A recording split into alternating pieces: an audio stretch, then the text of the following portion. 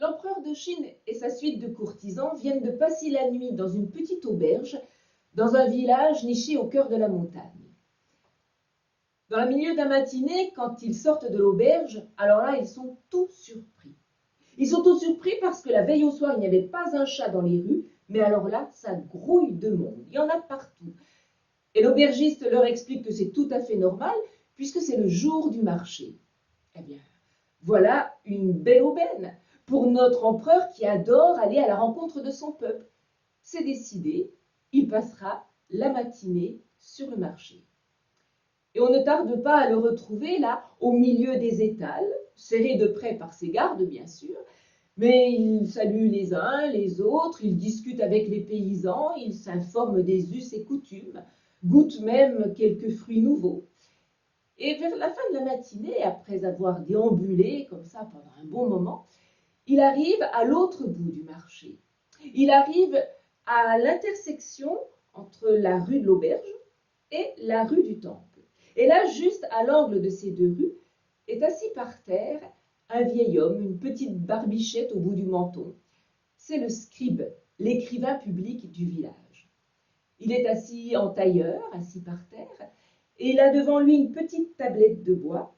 Sur cette tablette de bois, d'un côté, ses feuilles de papier, ses calames, ses pinceaux et son encre de Chine. Et l'empereur l'observe quelques instants, et tout de suite, il s'aperçoit d'une chose un petit peu étrange. Il voit que l'écrivain public prend ses feuilles de papier les unes après les autres, et sur chaque feuille de papier, il n'écrit qu'un seul idéogramme. Un idéogramme différent sur chaque feuille de papier, bien sûr, mais un seul idéogramme par page. Tout simplement parce que chaque idéogramme est écrit très très gros. Chaque idéogramme prend toute la place sur la feuille de papier. Alors, l'empereur s'approche et puis il hasarde une question.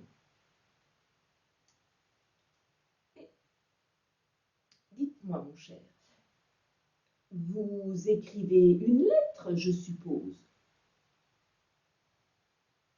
Sans même relever la tête et sans interrompre son travail, l'écrivain public répond oui. Mais dites-moi, ça doit être une affaire drôlement importante pour écrire des caractères aussi gros.